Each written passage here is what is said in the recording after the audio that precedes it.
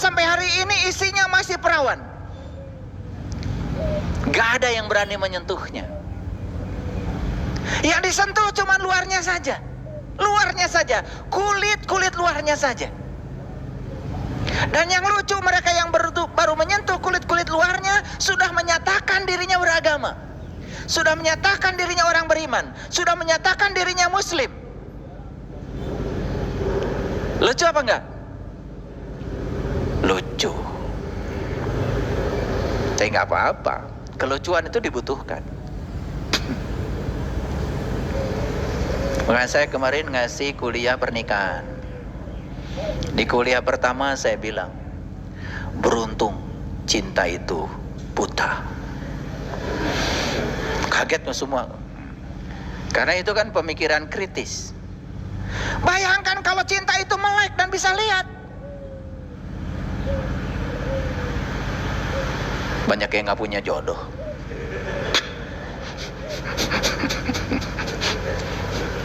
Gara-gara cinta buta, ya udah. Banyak yang berani memutuskan mau menikah. Banyak yang berani memutuskan berumah tangga. Coba kalau cinta itu melek. Nanti kamu tahun sekian akan kejadian ini, tahun sekian kejadian ini. Sudah ketinggali semuanya, nggak ada yang menikah. Makanya cinta itu buta, itu keren. Dan itu adalah keuntungan cinta. Makanya kalian harus berterima kasih sama cinta. Untung cinta kamu itu nggak melek gitu. Kalau cinta itu melek, banyak yang nggak punya jodoh. Kalian kan suka komentar, cinta itu buta ya. Ini perempuannya cantik, kuning, laki-lakinya jelek, hitam. Coba kalau cinta melek, nggak ada yang mau berjodoh. Betul nggak? Makanya ada peribahasa, gak apa-apa wajah jelek juga, yang penting kamu baik hati, kerja keras, kan tetap jelek.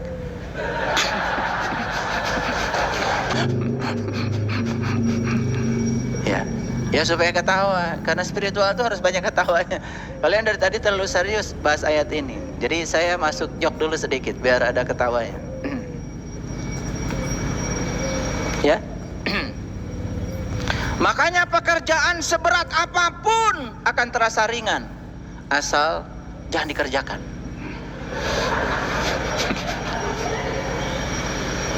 Betul nggak? Iya, itu peribahasa lebih bijaksana lagi itu. Pekerjaan seberat apapun akan terasa ringan, asal antep kena tong digawekeun.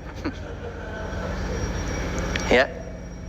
Makanya satu-satunya kunci kalau kalian ingin sehat, jangan sakit.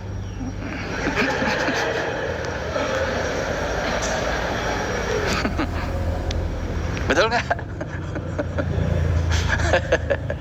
Ya, supaya ketawa. Karena ketawa itu mengeluarkan endorfin. Nah, kalau endorfinnya keluar, kalian mulai seger lagi menangkap pembicaraan saya. Karena ini pembicaraan serius. Ya, agak serius sedikit lah. Ini pasti ayat ini sudah kalian lewat kan tiap Ramadan ya. Ya, saking one day one June sampai kalian nggak tahu itu ada pesan yang luar biasa di Quran surat Al-Imran 49 ini. Ini kan dialog antara seorang guru sebetulnya dengan seorang murid. Murid yang ingin melakukan proses pencarian tentang jati dirinya. Ini keren sekali sebetulnya. Nah, baik kita lihat. Secara teknis sebetulnya si murid ini sudah mendapatkan metodenya secara teknis. Walaupun masih ruam-ruam, karena ini kan tidak bisa dijelaskan, harus dipraktekkan. Nah, makanya saya bilang, kalau ruam-ruam, bingung, itu bagus, ada tanda-tanda kehidupan. Tetapi yang luar biasa, si murid ini mengalami pencerahan karena apa? Ada 3 yang sembuh pada dirinya. Nah, maka inilah yang disebut dengan mukjizat para rasul. Jadi mukjizat para rasul itu cuma 3. 1, silakan dibaca. Wa ubriul akmaha, bisa menyembuhkan penyakit buta. Ini sebetulnya peringatan nih ya, Buat mereka-mereka yang selama ini mengaku dirinya adalah pengikut para rasul, apalagi mengatakan dirinya pewaris para rasul, pertanyaan sederhana, apakah Anda sudah bisa menyembuhkan penyakit buta atau tidak? Itu aja. Mengaku itu boleh, tetapi indikatornya harus jelas. Karena di ayat ini jelas, salah satu kompetensi yang harus dimiliki oleh seorang rasul dalam melaksanakan tugasnya, mukjizat yang harus dimiliki adalah satu, bisa menyembuhkan penyakit buta. Begitu baca ayat ini langsung kalian terpikir, wah, kita kumpulkan aja orang di kampung ya yang tidak bisa lihat. Betul nggak? Iya, kita bawa sama Rasul. Betul nggak? Di zaman itu tidak ada gerakan itu. Karena buta yang dimaksud di sini tidak ada kaitan dengan buta mata. Kalau buta mata itu urusan Cicendo. Urusan buta mata lahir itu bukan urusan Rasul. Masa Rasul ngurusi yang kayak gitu, itu urusan dokter mata. Dan Rasul bukan lulusan fakultas kedokteran urusan mata. Rasul itu ya dididik oleh semesta, lahir dari sebuah fakultas kehidupan, bukan fakultas kedokteran. Gak ada kaitan dengan kebutaan mata lahir. Ini urusan kebutaan mata batin yang disebut dengan mata kolbu. Ini harus dibicarakan nih ayat ini, dan saya harus upload ini supaya banyak yang tahu, supaya jangan menjadi orang yang sok tahu. Lalu yang kedua, mukjizat yang diberikan kepada para rasul adalah, lihat ayat ini, wal abroso. Abroso itu kulit. Wal abroso itu adalah penyakit kulit.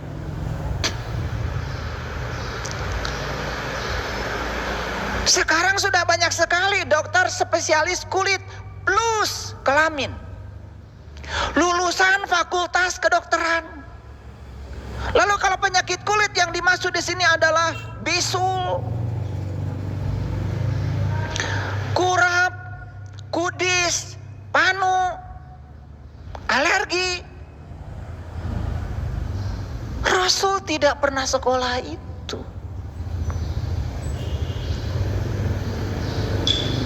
Dan selama ini kita menafsirkan ayat ini benar-benar kulit itu penyakit. Namanya penyakit kulit. Rasul itu menyembuhkan penyakit kulit bukan itu. Ngerti sesuatu kulitnya saja, ngerti sesuatu luarnya saja disembuhkan oleh para rasul. Dan yang ketiga yang luar biasa apa? Ya. Wa uhyil mauta. Menyembuhkan orang, menghidupkan orang mati. Ini bahasanya luar biasa. Uhyil maut, menghidupkan orang mati. Dan selama ini kita menganggap mukjizat itu adalah kelebihan yang disampaikan para rasul yang di luar kewajaran, yang disebut dengan menyembuhkan penyakit buta. Benar-benar orang buta jadi lihat lagi. Menyembuhkan penyakit kulit yang kurap, kudip, panu bisa sembuh. Yang menghidupkan orang mati dihidupkan lagi. Melawan Tuhan dong Rasul. Orang udah dimatikan sama Tuhan, dihidupkan lagi sama Dia. Itu yang dimaksud. Ini perlu semuanya dengar. Satu, menyembuhkan penyakit buta adalah kebutaan rohani. Dua, menyembuhkan penyakit kulit adalah ngerti sesuatu kulitnya saja. Dan yang ketiga, menghidupkan orang mati, bukan yang udah mati dihidupkan lagi. Ini cerita yang mati kesadaran. Ini hierarki para sahabat. Pertanyaan saya balik dulu sekarang. Ini deduktif metodenya. Perhatikan saya. Tahu robot? Robot. Ada robot yang jadi pelayan di restoran. Ada robot yang bikin sayap pesawat. Ada yang robot bikin mobil. Ada yang robot bikin sepeda motor. Sibuk gak robot? Sibuk gak robot? Sibuk. Tapi sadar gak robot? Enggak. Nah, ayo definisikan. Jadi robot itu sibuk tapi gak sadar. Ulangi, biar gampang ngajinya. Apa robot? Sibuk tapi nggak sadar. Ulangi lagi. Apa robot? Sibuk tapi nggak sadar. Tuh. Kalian sibuk nggak? Sadar. Biar gampang ngajinya, ya. Makanya saya menggunakan pendekatan deduktif. Dibahas nomor 3 dulu. Harusnya dibahas nomor 1 dulu, menyembuhkan penyakit buta, baru kulit, baru menghidupkan orang mati. Nah sekarang saya balik, supaya sadar, kita ini sekarang hidup apa mati? Pertanyaan saya yang kedua, robot hidup apa mati? Robot hidup apa mati? Ya mati. Pertanyaan berikutnya, robot punya kesadaran apa tidak? Itu. Dia itu mati, tidak punya kesadaran, kerjanya mekanistis, rutin.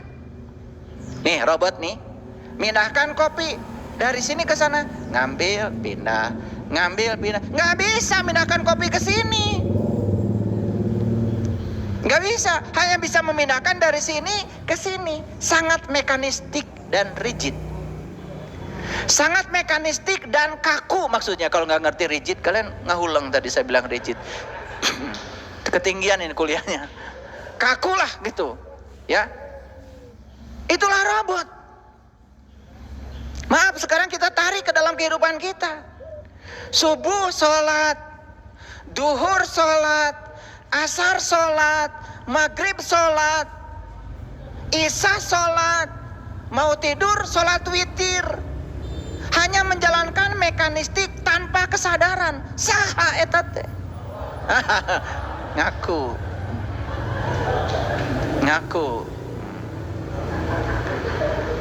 Hidup apa mati? Nah sekarang ini saya cuma khawatir aja. Kalian itu sibuk tetapi tidak punya kesadaran. Sibuk tetapi nggak nyadar gitu loh. Robot nggak itu? Nah, loh.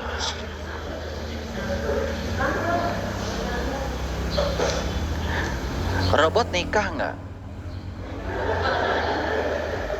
Jawab. Pada nikah. Enak aja. Robot pada punya anak nggak? Gimana?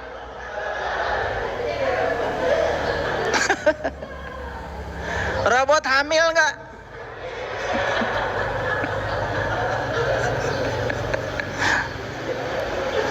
Gimana? Kalian tuh kalau ngejawab nggak konsisten.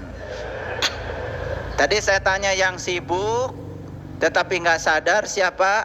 Robot. Siapa robot? Nah itu robot. Itu. Robot suka ngaji nggak? Robot bisa nyanyi nggak? Robot bisa baca kitab suci nggak? Nah loh.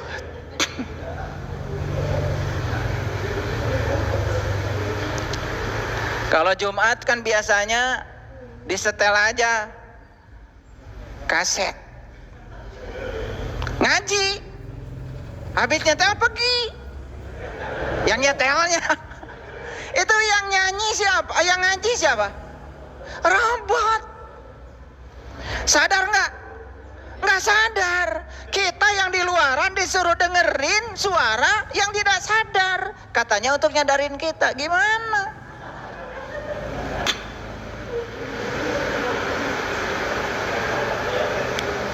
Jadi tadi saya tanya, robot nikah nggak? Nikah. Tapi yang namanya robot kalau ditanya, buat apa sih pernikahan? Nggak ngerti. Karena bagi dia nikah itu yang penting makan, kawin, punya anak, berantem, udah rutin tuh. Dasar robot. Berantem aja rutin. Lah kan rutin, robot itu mekanistik, betul nggak? Nah, sekarang ini banyak sekali manusia yang melakukan sesuatu tuh persis robot. sholat tanpa kesadaran. Sekarang mohon maaf ya, ini jujur saya tanya pada kalian yang ada di sini. Kalian kan suka sholat.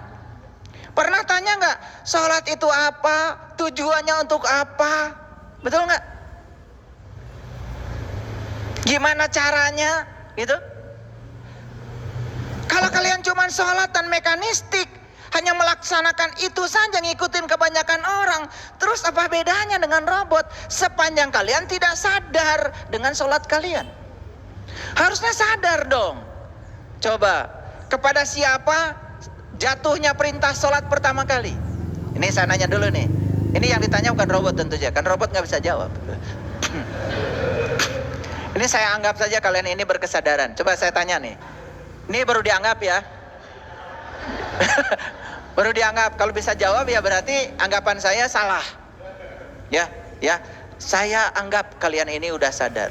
Saya tanya, kepada siapa perintah sholat pertama kali diberikan? Kepada siapa? Nabi Ibrahim, tuh kan?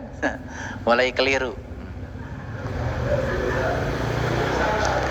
Salat itu pertama kali diperintahkan oleh Allah di Quran surat Toha ayat 1 sampai 14, baca nanti. Diperintahkan pertama kali kepada Nabi Musa. Nah sekarang Musa itu sebelum diperintahkan sholat diapain dulu sama Allah? Itu ada cerita di Quran surat Toha, ceritanya begini. Telah sampaikah kepadamu kisah tentang Musa? Ayat 9. Yaitu ketika Musa melihat api. Bahkan di ayat lain dikatakan Musa melihat apinya di lereng gunung. Lalu Musa berkata, tinggallah kamu di sini, aku melihat api. Semoga aku mendapatkan petunjuk dari api itu. Lalu Musa mendatangi api. Dan sesampainya di tempat api itu, api berkata, ya Musa, hai Musa. Loh, apinya bisa ngomong. Dan seterusnya, itu adalah prosesi di mana Musa membelah laut. Prosesi di mana Musa menggunakan mujizatnya membelah laut. Membelah laut artinya adalah membuka ketertutupan mata kolbunya untuk sampai di tempat diri sejatinya. Sampailah Musa di Al-Muqaddasi Tua, tempat suci nan tua. Dan di situ Musa diberi syarat, hai Musa, sebelum kamu melangkahkan kakimu ke Al-Muqaddasi Tua, lepaskan dulu kedua terompahmu. Itu perintah pertama kali. Jadi Musa disuruh melimpaskan terompah. Terompah itu kiri kanan. Kiri kanan itu benar salah. Kiri kanan itu baik buruk. Lepaskan dulu dualitasmu. Lepaskan dulu pada dualitasmu. Itu perintah yang disampaikan pada Musa. Setelah sampai melepaskan itu dua-duanya, dualitas dilepaskan, Musa baru bisa memasuki Al-Muqaddasi Tua. Syarat untuk memasuki rumah Tuhan, melepaskan kedua terompah. Jadi sholat itu di mana? Sholat itu di Baitullah. Sholat itu di rumahnya Allah. Sholat itu menyatu dengan Allah. Dan untuk menyatu dengan Allah, syaratnya satu, lepaskan dulu kedua terompahmu. Itu Quran, itu Quran. Dan selanjutnya apa yang diperintahkan Allah pada Musa? Saat itu Allah mengenalkan diri kepada Musa. Apa kata Allah? Sesungguhnya aku adalah Tuhanmu. Dan aku telah memilih kamu, hai Musa. Di situ. Jadi Allah memilih Musa. Kenapa Musa dipilih? Karena Musa ingin dipilih, maka Allah memilihnya. Pertanyaan bagi kalian semua yang sudah rajin sholat, pengen dipilih Allah? Dipilih apa? Jadi RT? Dipilih Allah untuk memasuki Al-Muqaddasi Tua. Dipilih Allah supaya bisa menyaksikan Allah. Dipilih Allah supaya bertemu dengan Allah. Itu keren banget di Quran. Nah setelah itu kemudian Musa sukses berjumpa dengan Allah. Setelah berjumpa dengan Allah, turunlah perintah dari Allah. Innani anallah, la ilaha illa ana fa'budni wa aqimis sholata li zikri. Lalu diberitahu di ayat lain, untuk apa kalian kalian sholat. Allah beritahu, aqimis sholat, inna sholat tanha anil fasa wal munkar. Sholat itu adalah sarana untuk mencegah kamu supaya tidak berbuat keji dan munkar. Sholat bukan tujuan. Lalu apa yang kalian lakukan? Ngitung rakaat dan merasa sudah menumpuk pahalamu?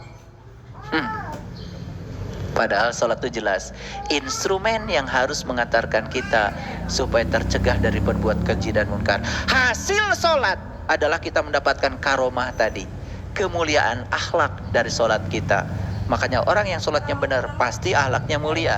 Orang yang akhlaknya mulia tidak mungkin melanggar jati dirinya sendiri.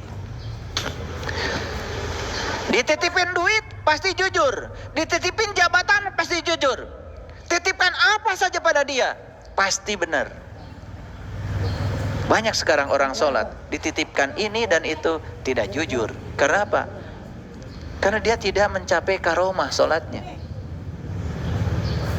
tidak mencapai kemuliaan. Paham maksud saya? Itu saya baru cerita sholat. Nabi Muhammad juga sama, kan tidak sholat dulu, mi'raj dulu. Sama seperti yang dialami Musa, melakukan perjalanan. Nabi Ibrahim sebelum sholat sama dibakar api. Tapi bukan dibakar api seperti itu, dibakar api cinta, dibakar cahaya di atas cahaya. Nabi Yunus sebelum sholat sama ditelan ikan dulu, mati sak jerening urip. Meniti ke dalam diri dulu. Semua Nabi dan Rasul juga sama. Sebelum melakukan itu, melakukan prosesi meniti ke dalam diri, menemukan jati dirinya. Itulah yang keren. Kalau sholat di tingkat ini, di tingkat kesadaran seperti ini, jelas bukan sholatnya robot lagi. Sholatnya memiliki rasa, air mata keluar, kesadaran meningkat. Mengingat Allah, menyadari keberadaannya dalam diri. Allah bersamaku, tetapi selama ini aku tidak merasakan kehadirannya. Sepanjang sholat tidak pernah lepas dari Allah. Menangis air mata mengucur karena apa? Merasakan penyatuan dengan Allah, merasakan kehadiran Allah dalam dirinya, merasakan dia memenuhi seluruh ruang kosong dalam dirinya. Aqimis sholata li zikri. Di tingkat kesadaran yang semacam itu, sholat akan berbuah. Apa buahnya? Tanha anil fahsa wal munkar. Kita akan terbebas dari perbuatan keji dan munkar. Gitu. Nah, jadi sebetulnya tugasnya Rasul yang pertama nih dibalik, yaitu apa tadi? Menghidupkan orang mati. Yang sholatnya mati jadi hidup. Yang sholatnya mekanistik jadi tidak. Yang sholatnya cuma rutin jadi memiliki kepuasan. Nah, inilah tugasnya Rasul.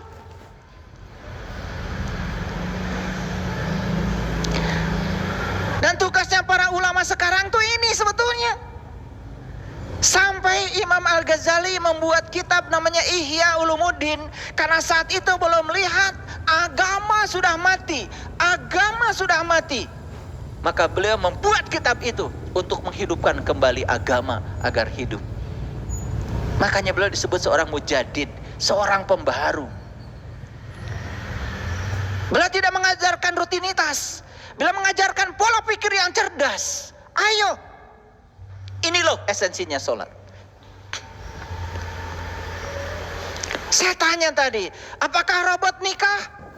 Nikah.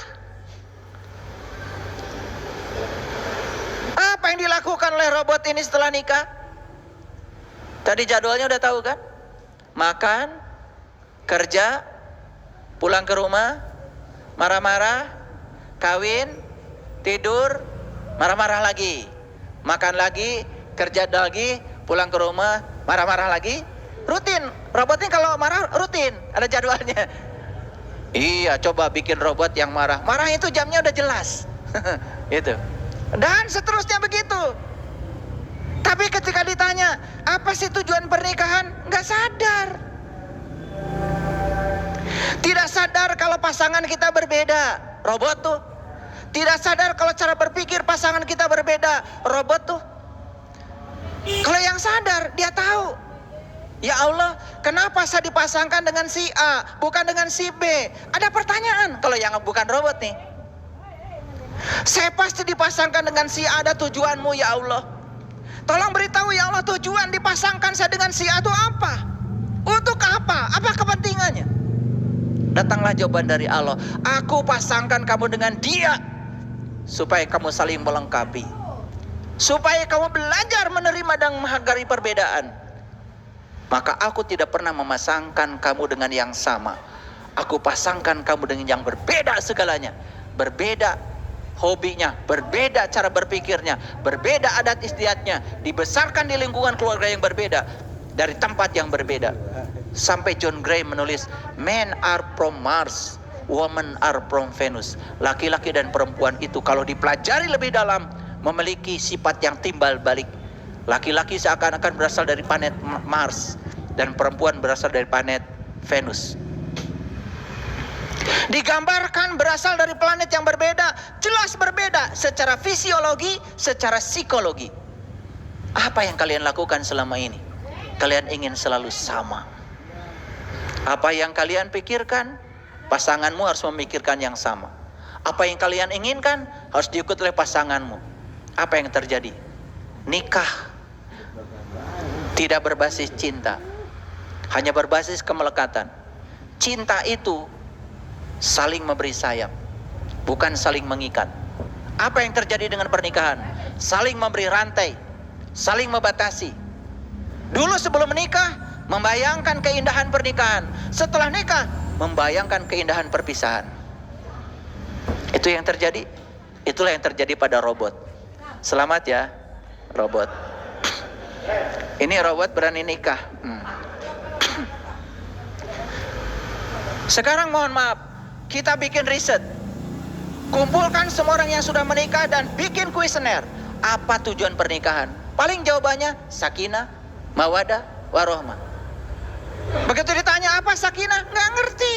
Apa mawadah, nggak ngerti. Apalagi warohmah, nggak ngerti. Karena apa? Karena pada saat nikah dia dengar ada orang yang bilang semoga, bukan semoga lagi, mudah-mudahan. Mudah-mudahan pernikahannya sakinah, mawadah, itu aja yang terucap. Bahkan kalian ketik berulang-ulang di WA. Dasar robot, ngetik aja berulang-ulang. Robot itu ya, kalau dengar ada orang meninggal, langsung otomatis innalillahi wa inna ilaihi rajiun. Robot. Gak ada yang baru. Gak ada yang baru. Langsung berikutnya, turut berduka cita. Robot. Karena orang lain pun nulis gitu, ngetik yang sama. Dikiranya innalillahi wa inna ilaihi rajiun buat orang mati. Dasar robot. Innalillahi wa inna ilaihi rajiun bukan orang yang mati. Innalillahi wa inna ilaihi rajiun itu adalah peringatan dari Allah buat kalian yang hidup supaya bisa mati, bukan buat orang mati. Makanya tolong ya, perhatikan saya.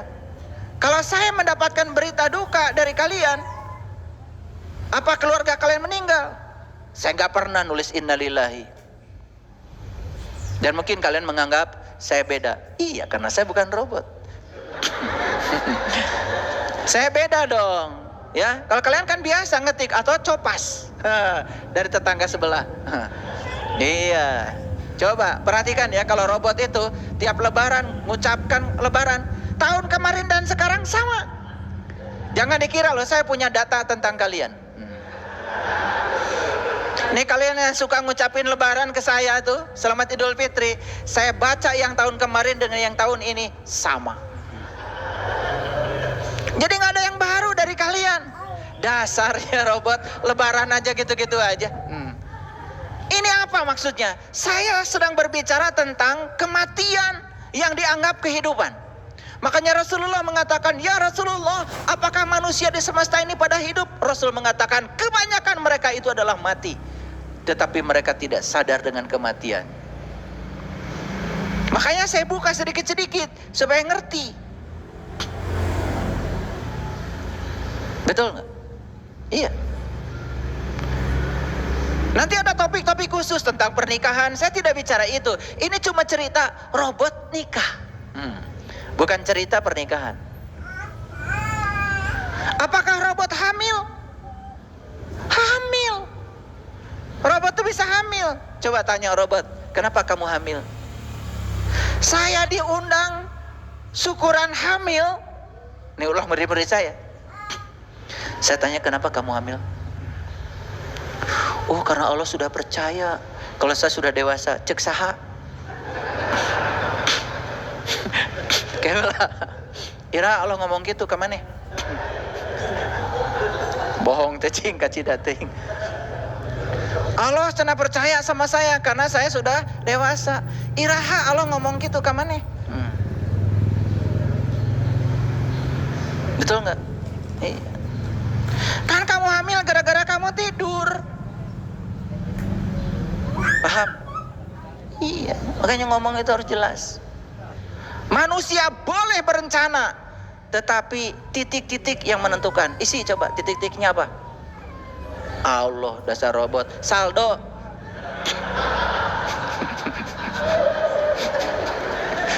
Iya. Kalian nggak sadar-sadar aja. Betul nggak? Iya. Ayah guru, saya mau ikut umroh. Begitu saldonya nggak ada, jadi nggak umroh? Nggak ada.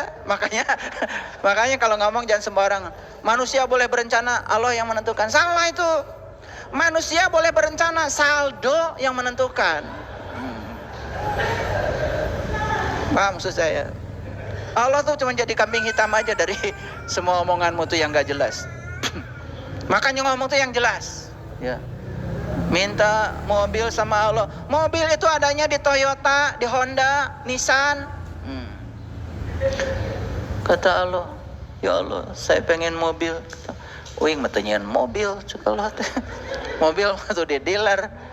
So kumaha carana maneh bisa minakeun mobil tadi dealer ka imah maneh. Kitu wungkul Allah mah. Ya Allah, kieu-kieu teuing atuh. Artos teu gaduh. Ya. Paparin artos tuh Allah. Kalau teu salah alamat maneh teh. Minta duit ke kami. Duit mah buatan peruri, urang teu yang duit cek Allah. Saya sudah menitipkan aset terbesar pada kamu, dirimu. Saya sudah memberikan sumber daya terbesar padamu, akalmu, otakmu, penglihatanmu, pendengaranmu, dan waktu yang sama buat semua orang. Itu sumber daya yang luar biasa. Kalau kamu tidak punya duit, bukan takdir. Itu salah belajar agama. Tos ditulis di Lauh Mahfuz. Cek saha. Mau punya Allah gitu. Si A rezekinya 1 miliar, si B 2 miliar. Saya mah dari kecil juga embung punya Allah nu kitu. Saya pengen punya Allah yang sama dan adil. Memberikan kesempatan yang sama buat semua orang, sama bahagianya, sama rezekinya. Gitu. Dan Allah sudah membuka ruang yang sama buat kita. Hati-hati tuh. Kalian bilang, kunaon mana teu boga duit? Takdir. Tos diserat di Lauh Mahfuz cendak abdi mah bagian teu boga duit. Manya Allah gitu.